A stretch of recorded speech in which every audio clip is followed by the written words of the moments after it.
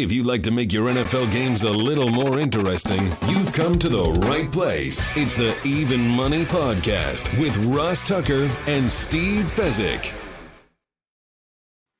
Yeah, Vegas, baby, Vegas. It is the Even Money Podcast presented by DraftKings. I'm Ross Tucker, former NFL offensive lineman, 5 teams, 7 years. Now, I love all the podcasts, but those of you that listen to all of them, the Fantasy Feast, the College Draft, Andrew Brandt's Business of Sports, the flagship Ross Tucker Football Podcast, which will be going viral. No, not going viral. We'll be going daily, hopefully viral, but definitely going daily. Week 1 of the NFL season. You know, you can hear it in my voice. I really like this show. I really like Even Money. I really like giving you guys bets for the games. I think we're pretty good at it. Our track record speaks for itself, and I really enjoy it because it makes the games more interesting. Please check me out on social media at Ross Tucker NFL. More importantly, however, please follow at Ross Tucker Pod. That's where all of our shows are. So you are able to go ahead and know exactly when they're posted. So you can check it out at youtube.com/Ross Tucker NFL or whatever podcast app you use. Cannot wait to talk to my boy Simon Hunter in a little bit. He's got a bunch of different things going on. He's a professional bettor. He's part of a syndicate. We'll get all that story from him. He has his own podcast. We'll get to my man Simon in a second. But first, I have to bring on the only 2-time winner of the Super Bowl of professional football betting, the Super Contest at the Westgate, the one, the only, the man with the math, Steve Fezzik at Fezzik Sports on Twitter. Hello there, Steve. Hello, Ross. I love syndicate bettors, and even at the smallest level, I would advocate you need to have someone to help you make bets because you can't do this 24/7. So you got to have a guy you can rely on. So if you're Ross Tucker and you're doing the pregame show and there's a blizzard coming in off the lake, you can text me to get us down on the under. Steve, you are still bitter about that. You have brought that up at least 10 times on this show. I'm sorry, dude. It was a blizzard.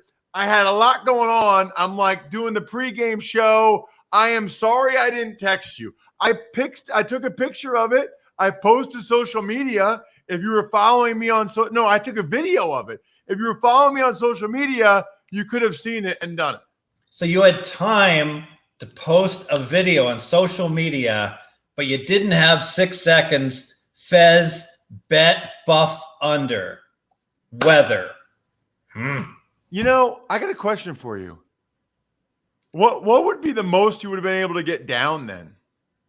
It's an NFL total, 20,000 per book. No, in total. That's what I would have bet with that information. I could get down more. It's difficult. People think, oh, you see these screenshots and people are like, I bet 100,000 at William Hill.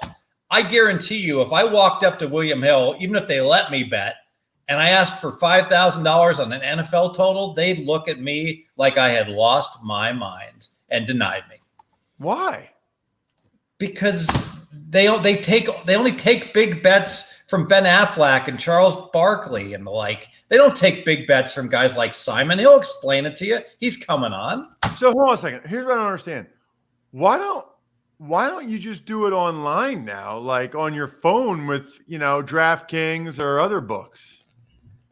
Because the app when you bet through your app on your phone, the limits are even lower. As an example, before they kicked me out, the South Point was taking $300 bets from me on my app on most bets for my maximum bet.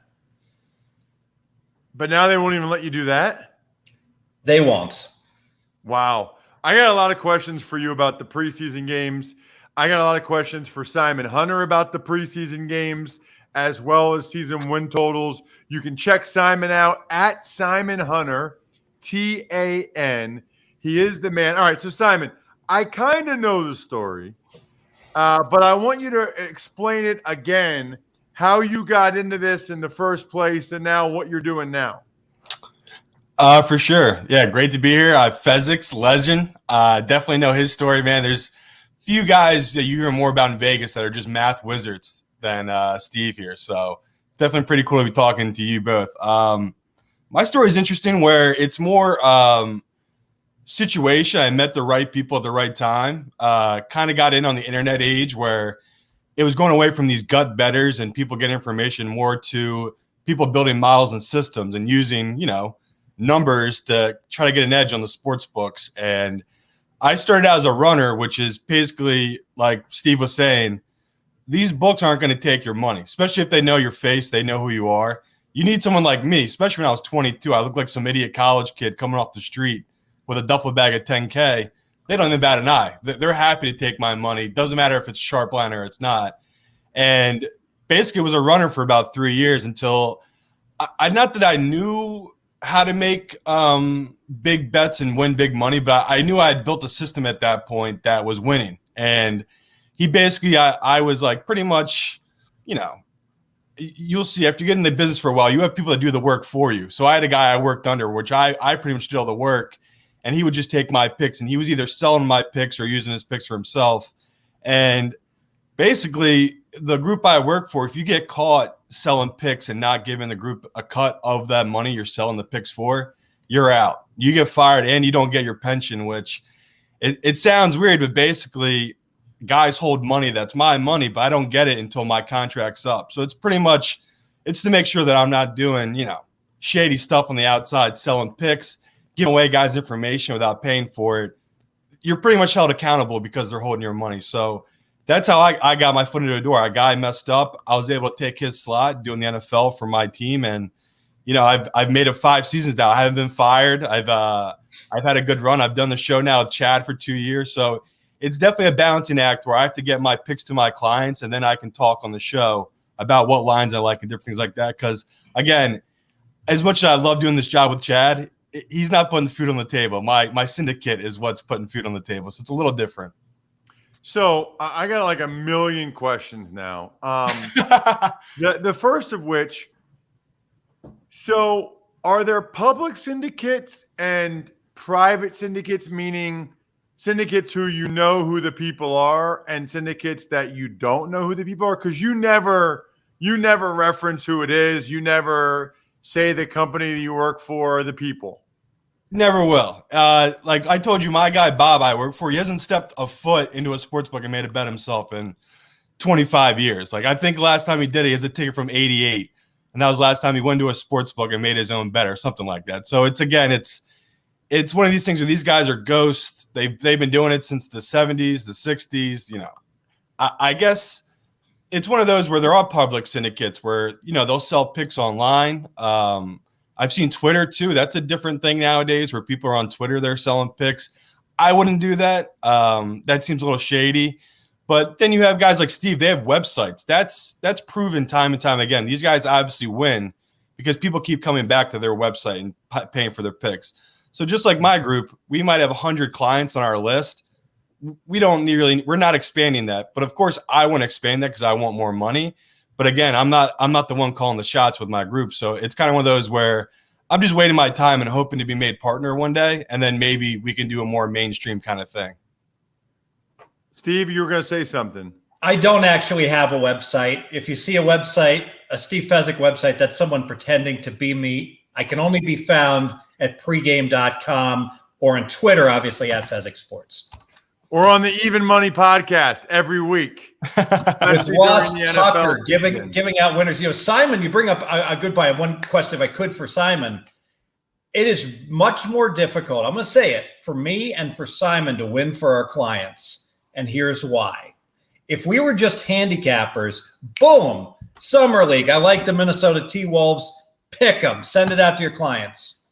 Well, I got to bet it first. I'm a professional bettor. So now I bet it. The pick'em's gone. Now I got to give out -1. Sounds like a trivial difference. It isn't, because I have to bet it first. Oftentimes I compromise the screen in the marketplace just by betting, like Ross, you were mentioning, like in that total we were talking about. I would bet it first before I gave it out. And all of a sudden I'm playing under 40. My clients have to play under 39. And I'm right there with him. I try to be nice about that stuff. Like I got intel that Trey Lance was going to be the 3rd pick overall. So I gave that out because Chad was like, oh, can we please just do a quick video and I'll post it online. I got about an hour 15 drive to get to Atlantic City. So I do this little video for him. It might have been plus 300 when I made the video.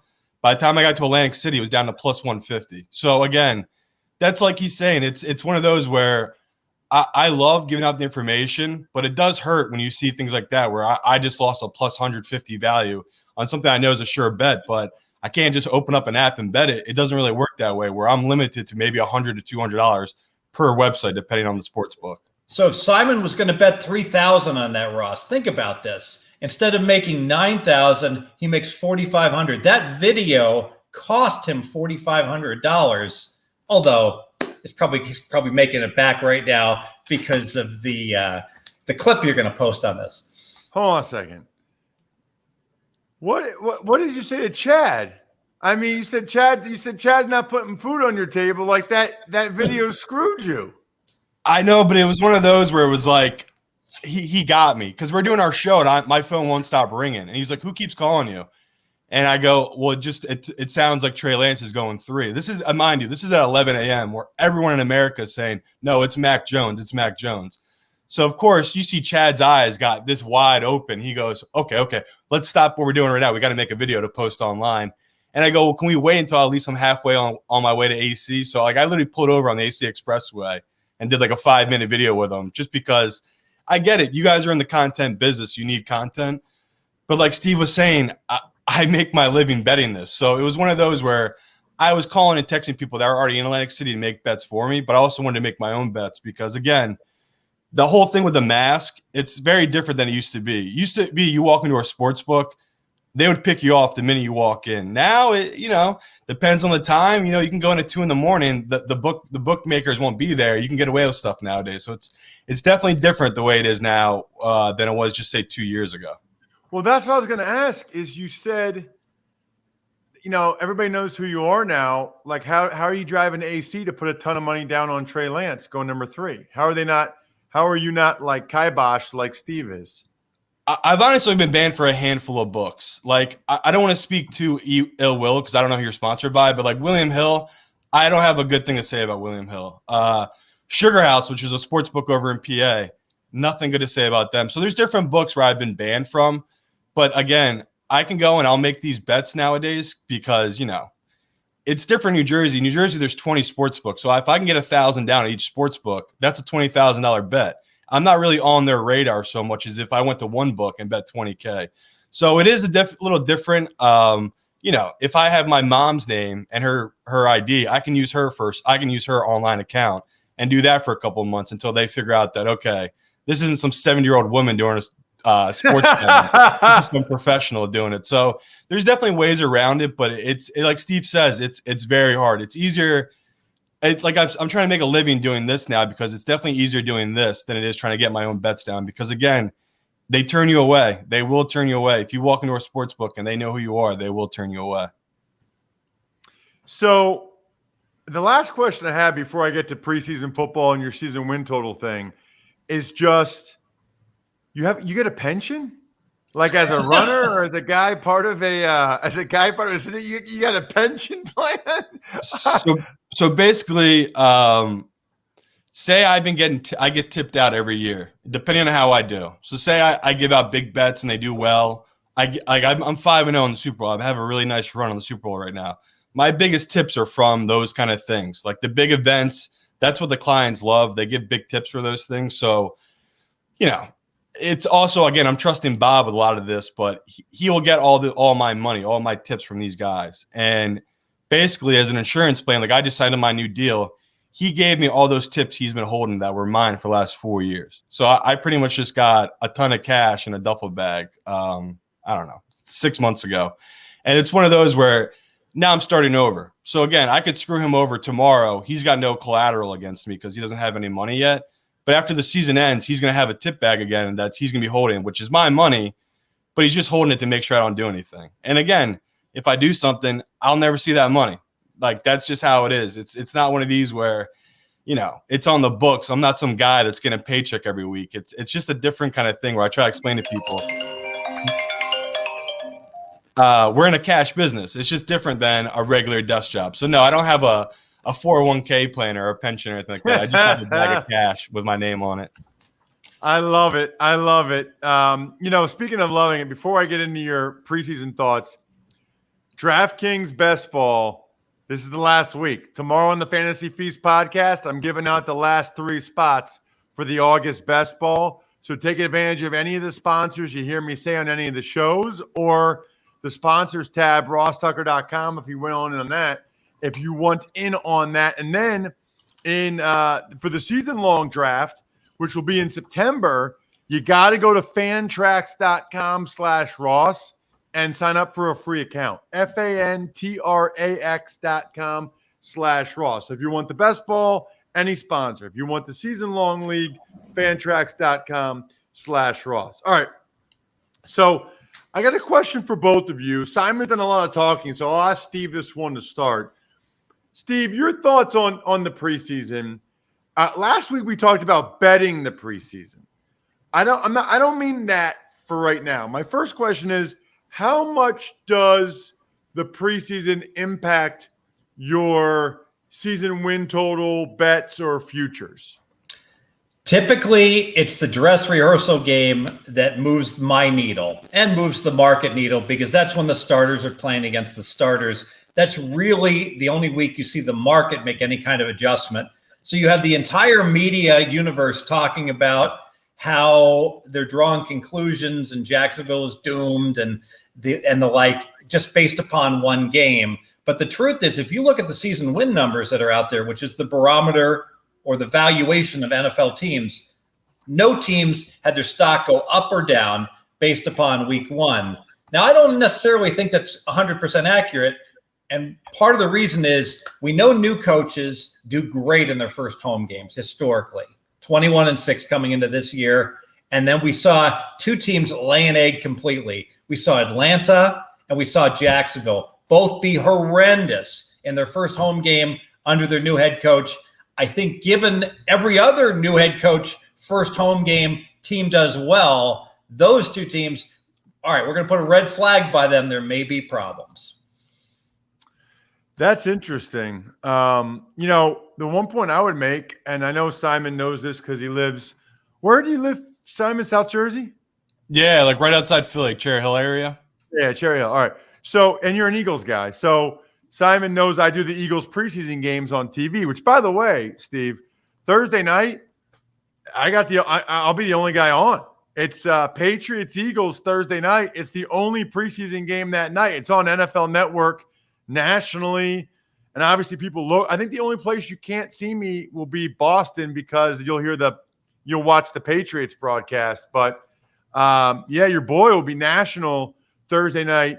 And the point I wanted to make for both of you guys, which is really interesting, I've seen teams say that they're going to treat the third preseason game like they always treated the third preseason game, which is dress rehearsal, play their guys a lot. They don't want there to be that much time between that and the first game.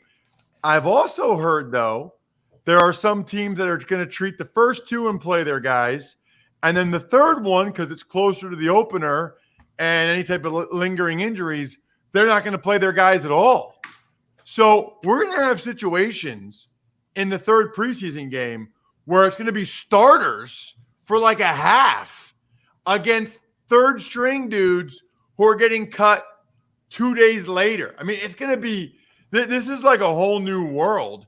So it's one of those deals where you really want to pay attention that week to the teams that at least tell you. Some teams don't tell you what they're going to do, but some teams do, because nobody really knows. We asked Sirianni about that last week in the production meeting, the head coach of the Eagles, and he's like, I've called around. Everybody's got different philosophies. Everybody's got doing different things, like I just said. So kind of interesting this year, Steve. Yeah, Dallas and Minnesota, I think, are going to roll out the dress rehearsals likely this week. Most teams, I imagine, are going to stick to the traditional week 3 because you got the bye week after. There is no week 4, so you're not playing. So why would you have the rust of your players not playing for 2 consecutive weeks? And then there's the LA philosophy. LA's just seceded from the rest of the NFL. Screw preseason. Chargers, Rams, we'll just rest everybody. They'll be ready to go week 1 without any reps. So did you Do you bet a lot of preseason, Simon?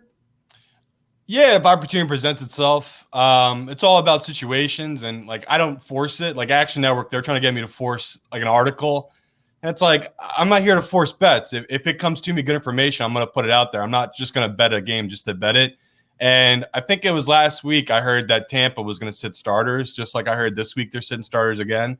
That's information that's, I try to use that to my advantage. If I heard Tampa sitting their starters last week, I think they're that since he was plus 220 against them, that's a coin flip game. So it was one of those where, yeah, if there's an advantage, I'm definitely going to pounce on it. But I try not to force bets in the preseason because, like you said, it's just there's so much unknown. Coaches can change their minds right before the game, who's going to play and who's not. So it is definitely a riskier thing to be betting on. And think about this, Ross. Simon can write an article for the Action Network and feel like a complete and utter ass because he's put it out to the entire world. And then 30 minutes before the game starts, he is jamming in bets on the team that he said bet against. And if word got out on that, it'd be bad for his reputation. But the truth is, this happens all the time in preseason where the story changes. And as a pro bettor, you have to adjust. So I'm extremely reluctant, like Simon, putting anything out early saying, I really like this side because it could change. Let's get to 4 season win totals, Simon, that you really like. The first one, the Buffalo Bills under 11 wins. Interesting, Simon. Do tell. I like it for the simple reason the way you read that question. It's just people are skeptical. They're just so in on the Bills. And I try to explain to people they mirror, just like the Eagles did the year after Carson Wentz should have won MVP and they won the Super Bowl, of this team that kind of overperformed of what they really are. Okay, so again, the year the Eagles won the Super Bowl, they could not miss. Their O-line, their D-line, everything about that team was incredible. Fast forward to this Bills team, Allen played out of his mind. He literally went from a 40% completion percentage to above 60%. I'm betting on that being more in the middle. I don't think he's a 60% kind of guy. And I don't think that their offense is going to go through the season. I think they had 7 straight wins after that Arizona game. It's just one of those where I bet on the NFL kind of humbling you. And a team, when they have a year like that they just had, the Bills, I have to bet that under, just on the simple fact their division is going to be better, and Josh Allen won't be playing at MVP level like he did last year. He's going to regress because the NFL just had a whole offseason to try to figure out this offense. So to me, that's a good bet right there, under the 11 for the Buffalo Bills. The other one you like on and under that surprises me, you like the Vikings under 9 wins, huh? Again, it's one of those where they're coming in hyped because people just like last year, they think, oh, they were just unlucky. Their defense was terrible. They've made some upgrades at the cornerback position, bringing in Patrick Peterson. Kirk Cousins should be better. He has Adam Thielen. He's got Justin Jefferson. He's got Dalvin Cook, all these fantasy guys that people really like. But I look at this team as the 3rd best team in the North. I think the Bears are going to be better once Justin Fields becomes a starter. I think Green Bay is just so far ahead of both those teams that it's just going to knock these wins down. I just can't see the Vikings really being that team that people envision them being 10-7. To me, this is more of a 8-8, 8-9 kind of team. So I'm just very down on Minnesota compared to other people coming into this season. Steve, your thoughts on the 2 unders from Simon? Yeah, full endorsement. Love the Buffalo under. If we wait, we might get under 11 plus $1.20 because the public loves Buffalo. Won 13 games last year. The Pythagorean win total for them was only 10.9, meaning they won some close games. They were fortunate. Their schedule is actually very easy this year, but adjusted games lost. They didn't get injured very much last year. And like Simon mentioned, Josh Allen, I think he was 24th and 24th in ranked quarterback, and then he was 4th all of a sudden. Should be some regression. Look no further, than to Lamar Jackson when he had his MVP year. Probably see something similar where Allen's a very good quarterback, certainly not elite one. I endorse Buffalo. I got to come over the top with Minnesota and disagree. I don't think they got unlucky. I think they just lost key guys on defense, specifically edge rushers Pierce and Hunter, linebackers Barr and Kendricks, and then week 15, the whole team got hurt. So I think they really got derailed. I love Zimmer as a coach.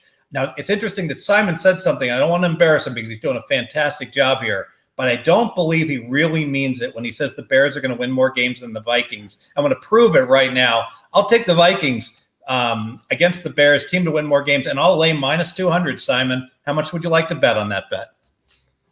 I would lay a G on that as a friendly grand, because I just view I have the Bears right now at 8.2, and I have Minnesota at 7.9. That's my only discrepancy. Like my own algorithm, I have the Bears at more season win total. Right. If I lose, I will take you out to an outstanding dinner. When you lose, you can take me out to Ellis Island here in Las Vegas.